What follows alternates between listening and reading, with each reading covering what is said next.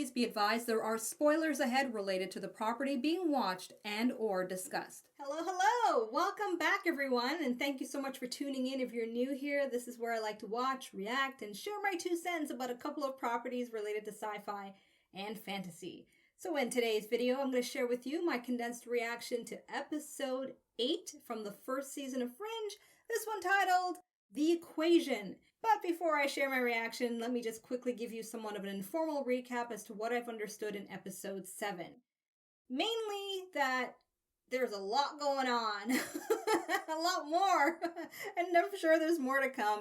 But the main things that were brought to my attention was Mr. Jones, played by Jared Harris, and his involvement with events related to the pattern and experiments he's responsible for, as well as that there's more than one mole. John Scott wasn't the only mole, so to speak, in the agency. There was also Agent Loeb and his wife. They seem to be complicit together with something behind the scenes related to this whole shebang. Now, I'll be honest, at this point in time that I'm watching these episodes, the bigger picture is still very much a puzzle, and I think that's very much intentional for me as a viewer. And eventually, towards the end of the season, I will make an effort to not only review all the comments, but also go back and take a look at all the ideograms. I have noted them, but I just haven't had a chance to really analyze each and every one of them from every episode. So I just want to reassure many of you, especially if you're new here and it's your first time tuning into my reactions, that a lot of what I should be paying attention to in terms of detail, I'll make that somewhat of a homework week towards the end of the season. And before watching the last 2 episodes of this season of Fringe, I will then kind of break down to you what I've concluded so far, aside from the big reveal that I am aware of. And I know some of you are kind of annoyed with the fact that I'm aware of it, but at least I'm honest about it, because there are some reactors who are not, and they put on pretense of being surprised when they're actually not surprised. But anyway, yes, so those are the main things that I just kind of want to give you a heads up about in terms of what I've understood from episode 7.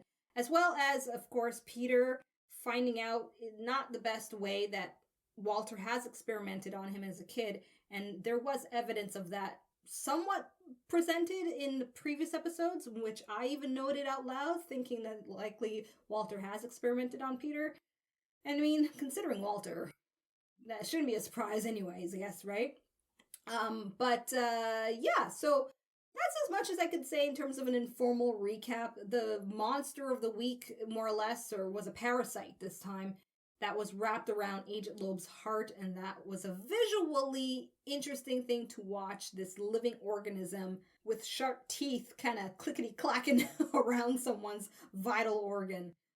Crazy stuff. So if anything, I would say that the VFX of that was just okay. You know, it aged okay. But for a TV budget, it's actually pretty good for TV budget. I don't really have much to add to that, except for I'm very thankful for the spoiler-free comments being left, especially the corrective comments that breaks down things I did not understand properly from episode 1 and other episodes. Thank you very much. As long as I don't have an idea what to expect in future episodes, I don't consider that a spoiler. However, I do leave that up to my moderator and trust that they know which comments to remove. And I also am putting trust and faith in many of you who leave comments here to be also careful with the way you word things. I don't know any better until I get to reading the comments, which is about 2 to 3 days later. So just giving you a heads up, it's not an immediate thing because I gotta give that moderation thing some time before I get to those comments. Anyway, here is my reaction to episode 8 from the first season of Fringe. Countdown, 3, 2, 1, play. Ooh, Connecticut this time. Traveling America. One of you was nice enough to break it down easily. This is like the love child of Supernatural and X-Files. So far, it seems to be the case. Are those notes you're writing back? I thought we talked about this. You know, about taking a break from the music. So you have time for other things. Like what? Video games?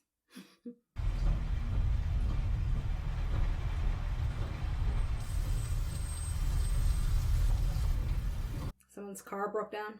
You okay? Oh, I'm fine. I can't say the same for my car. It just kind of shuddered and then stopped, and my phone's dead. Well, hold on. Be right back.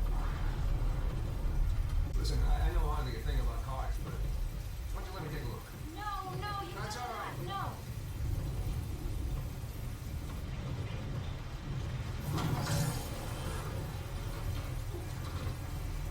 Oh, he's a really nice guy to do this in the rain.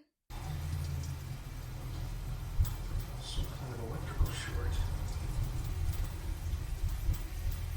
That doesn't look normal. Oh no, is it a bomb?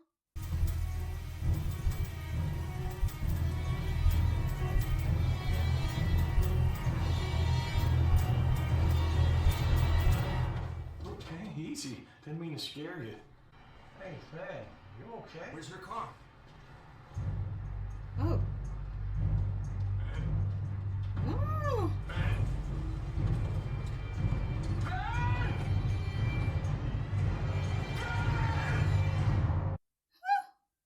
Okay, this looks like a good mystery. Flashing lights, time lapsing, missing boy, and the lady. The father claims that while he was looking at the woman's car, something happened. He said it was like time jumped. And his son, the woman, and her car were suddenly gone. So he just blacked out. In a statement he gave police, he insisted he never lost consciousness. These are from the files of 3 other missing person cases dating back 10 years. In each one, witnesses describe seeing the same woman. We've tried running facial recognition software, nothing. 2 weeks after she was found, one of the victims actually tried to lobotomize herself using a butter knife. All of them completely incapable of recalling what happened during the abduction, even under hypnosis. Peculiar flashing lights. Green, green, green, red. Like Christmas lights. How did you know that, Dr. Bishop? I don't know. That's what happened, isn't it? Christmas lights. That's all I can recall. Sorry. Maybe it was done to him at some point? Why would anyone want to take my son? I don't know. Honestly, he doesn't really fit the profile of the other victims.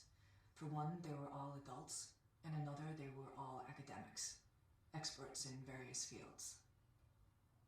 Is their son smart or something, or? Ben is kind of an expert himself. What do you mean? There we go.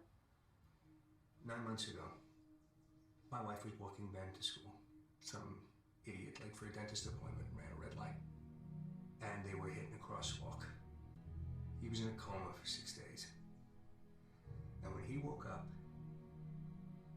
it's easier if I just show you. And when he woke up, he was a genius? Is that where they're going with this? This is the day I took him home from the hospital. He hadn't spoken, said even a word, since I told him his mother died. And we got home, and he just sat down at the piano and started to play. Before this, he had never taken a single lesson. His doctors told me there had been other cases, people with severe brain traumas, waking up with the ability to do things they'd never done before. 2 weeks later, he was composing his own music. One piece in particular. He stopped being interested in everything else. Do you think that that's why they took Ben? I don't know. Likely. Related to music somehow. Oh, at least they're giving him things to watch.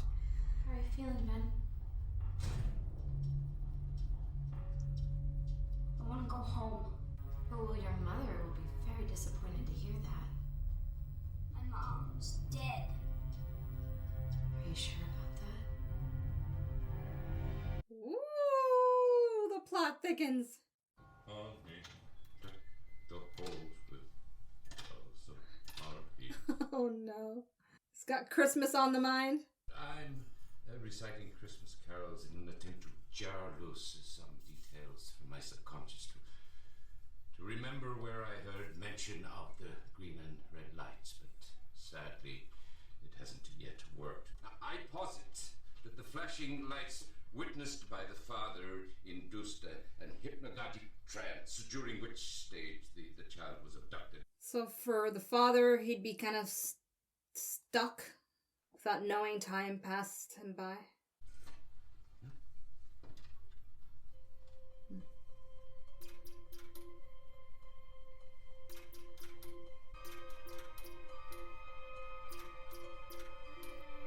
working on, Peter?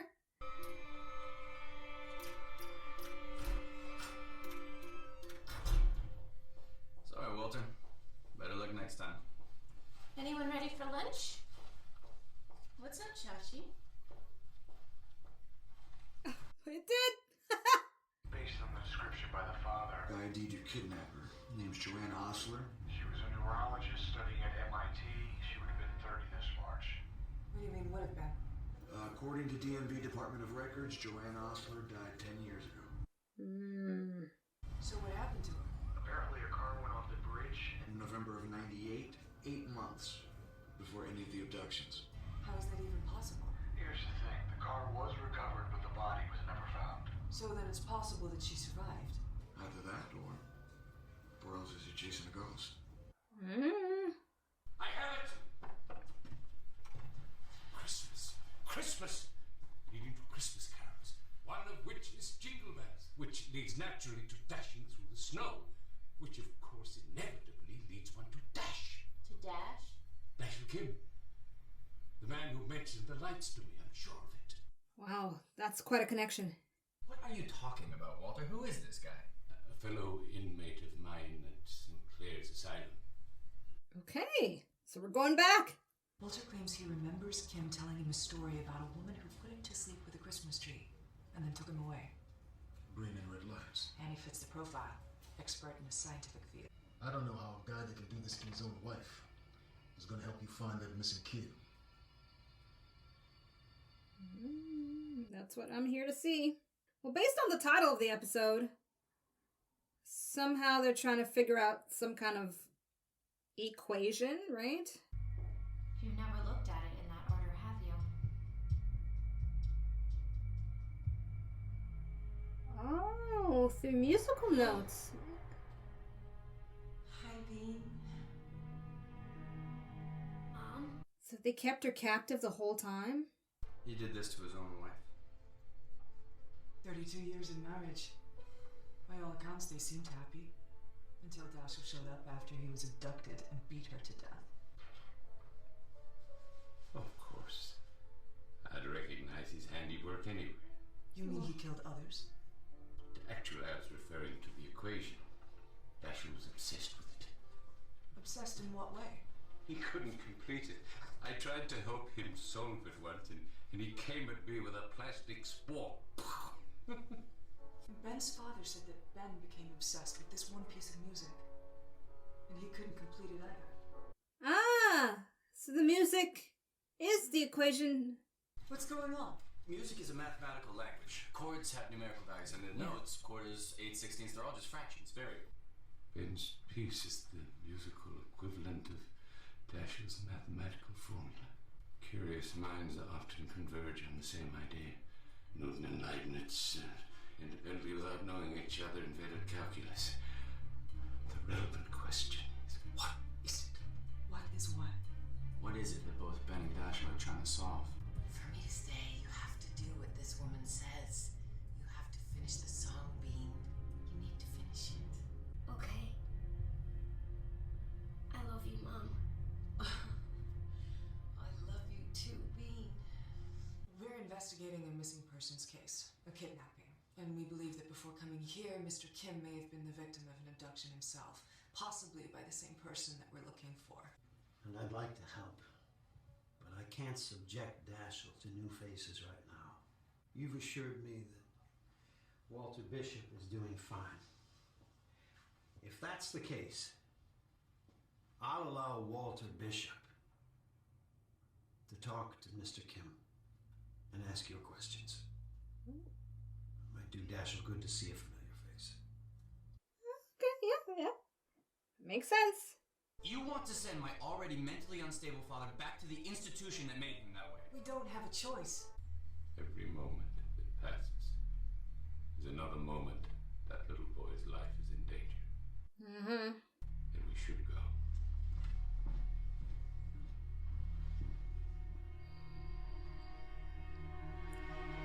It's probably gonna open up some more of his mental wounds. Are you ready? When you get out, we'll be right here. Good luck, Walter. This is going to be quite traumatic for him. If I was Peter, though, I would insist to supervise. You have 10 minutes, Walter.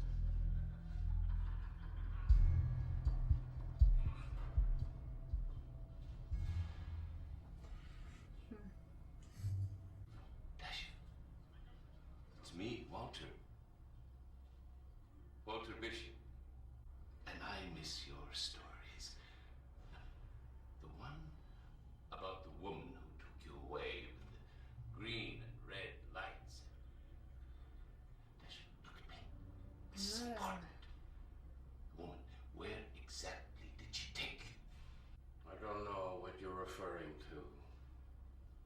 You must be mistaking me for someone else. Now, if you'll excuse me, I want to sit here and finish my butterscotch pudding in peace. He got really uncomfortable at the question, so obviously he does know. If you recognize the equation, do you not remember the woman with the red and green lights where she took you? I don't do math anymore! You used to tell me the story all the time. You used to drive me crazy. No, I need to know where she took you down. That's enough. Please, What do you mean you sedated him? Walter is legally in my custody. You have no right to keep him here. If I release him and something else happens... I can assure you that's not going to happen. He's under our supervision. Perhaps that's what compounded the problem. Meaning what? And it is clear that exposing him to the pressures of criminal investigations, while indulging his fantastical pseudo-scientific notions, has exacerbated the worst features of his mental illness. Walter Bishop is assisting us in a criminal investigation which you are currently obstructing. So either you release him into our custody, or I will get a court order. You go get your court order then. Damn. Yeah, hoping he wouldn't say it, but he did. Welcome back, Walter.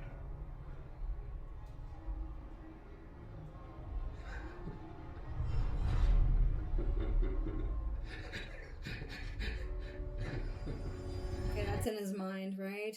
Okay, we have to wait till morning for the court order to have Walter released. Then he's out. I promise, and I'm sorry, and obviously you were right. No, this was Walter's choice. The woman who abducted Ben, Joanne Osler. Up until now, everybody thought she was dead, right? Yeah. Well, she's been walking around for the last 10 years. She must have been using somebody's name. Peter's gonna figure it out. Osler, Middle English for innkeeper. Hold on. Middle English. The point is, innkeeper got me to hotel, so I cross-indexed last names to match hotels with her first name. Joanne Ritz. No photo, just a P.O. box in Clarksburg.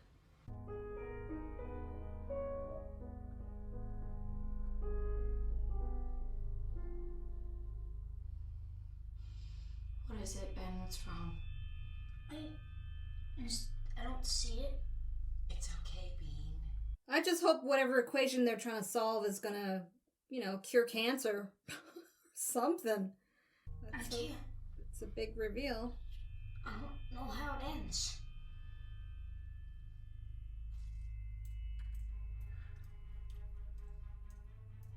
Mom?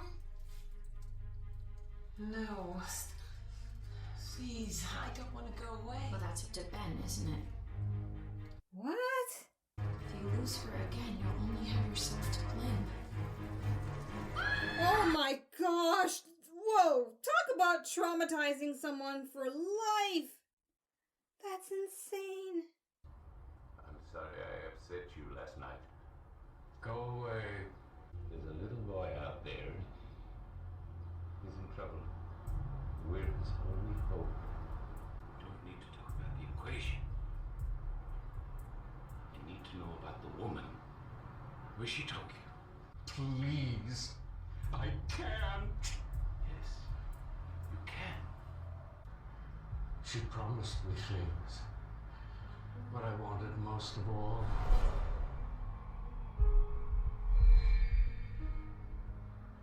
But when I couldn't solve the equation, she took it away. None of it was real. She hurt me. She put me in a dungeon. Oh my gosh. She filled my mind with images of people I loved, and then tortured them, ripping them apart. All the while trying to suck the answer she wanted out of my head. Where were we? A dungeon in a red castle. You listen, none of it happened. It was just a dream. Just a bad dream.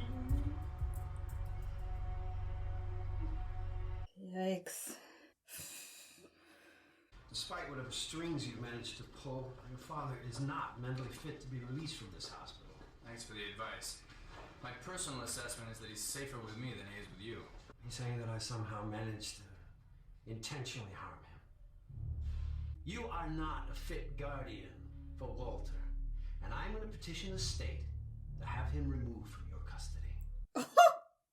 You may think you know what he's capable of, but you have no idea what I'm capable of. Yes. Are you threatening me? I'd like to see my father now. I want to see more of that, Peter. It failed. It was all for nothing. Dashiell went on and on like an incoherent loon about being taken to dungeons, red castles. Is that what it's like to talk to me? Walter. Don't answer that. Let's go home. How's he doing? Yeah, he's okay. I hope you got a lead there because this was a total bust. Did he get anything? He just said the guy was babbling on, talking about red castles and dungeons. If any red castles appear, I'll let you know. Red castles, huh? Like the one right in front of her? Wow! Is it really? It's not a drawbridge, but it's close. This place looks like it hasn't been used for a while. Wow. Talk about being at the right place at the right time. God.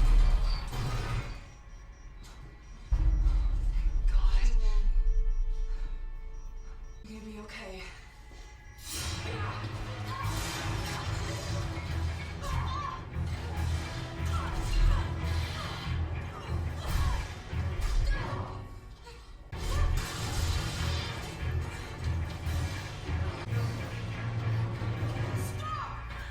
Put your hands in the air!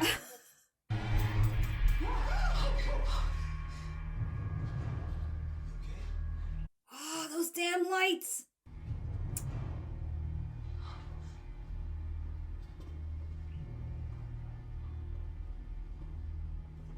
Damn it. It's a good weapon to have, though. Get away with all kinds of stuff. This place is filthy. Did you have a party while I was gone? No, Walter, I did not have a party. Sorry to spring this on you so suddenly, but these quarters are very cramped. I think I'm ready for my own room. That's not a problem. Sure isn't. You know, what you did by going back into that place was very, very brave, Walter.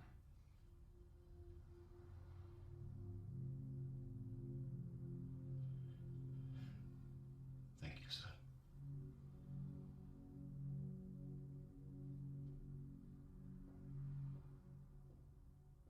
Doesn't take much to get me emotional between these two. Now let's see if it really does what you said it would. This is a whole team effort, it seems.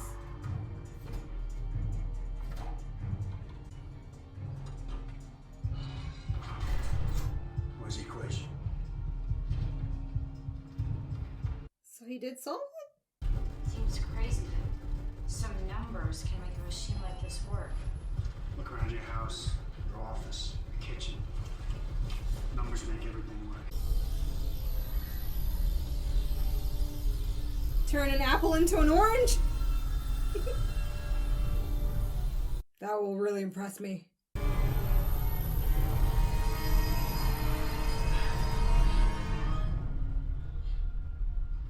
Even better. It worked. That's incredible.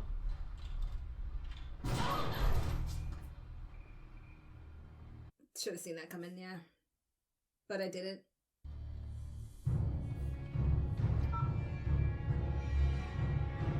It worked. Ben? Dad? Ben! Dad!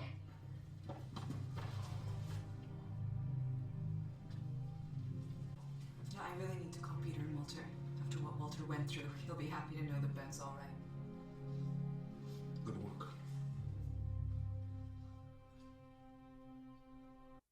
Very interesting episode. Loaded, very loaded with so much. My gosh. I already know the scene that stands out for me right now.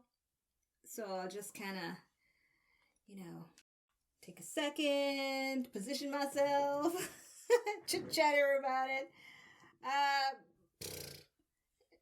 That scene where he puts his hand through the vault to get the apple. That just completely expands things out further. To what? I have yet to see. So that's mainly the scene that I won't forget. Did not expect that. But as I said in my reaction, if he had turned the apple into a whole different matter, that would have been really cool. But I know it's a little too fantastical there. Or is it?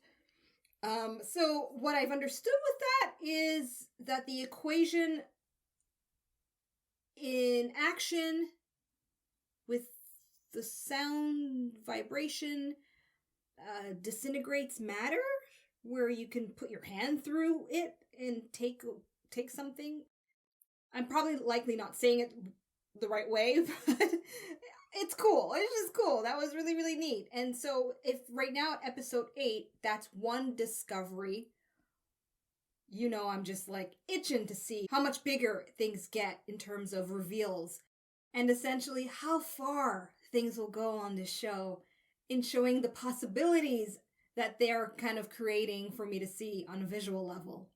I'm very excited for that. Overall, though, I give this episode 4 Ashemojis. I can't say it's excellent because the pacing was a bit slow for my personal taste. At times when it was picking up, but when it got really slow, it took quite some energy to just stay focused, pay attention. But I will say that the episode was engaging enough where I actually forgot about looking out for the observer. So I gotta wait till I edit this video. And if I spot him, I'll of course include the image of it in this video. So there you have it. That is my reaction to episode 8 from the first season of Fringe. I'm loving it. It is getting a bit more confusing as we're adding more details to stuff I just have no clue about. But I'm taking in the entertainment value of each episode and just putting some trust and faith that many of you will be fine with helping me through my journey by correcting me where needed, clarifying stuff about an episode that I misunderstand or don't understand at all. So I think that's a win-win situation, right? In any case, if you want early access to my full uncut reaction to these episodes of Fringe, details about that is in the description box below, as well as details on how you can go about supporting this channel if you are interested and you want to see me grow here on YouTube. I'd really appreciate it. Nonetheless, I look forward to watching episodes 9 and 10 next week and sharing, of course, the condensed version of those reactions here on YouTube. Therefore, in the meantime, I'm tuning out, peacing out. Goodbye. So much for watching. Be sure to subscribe and check out my other videos.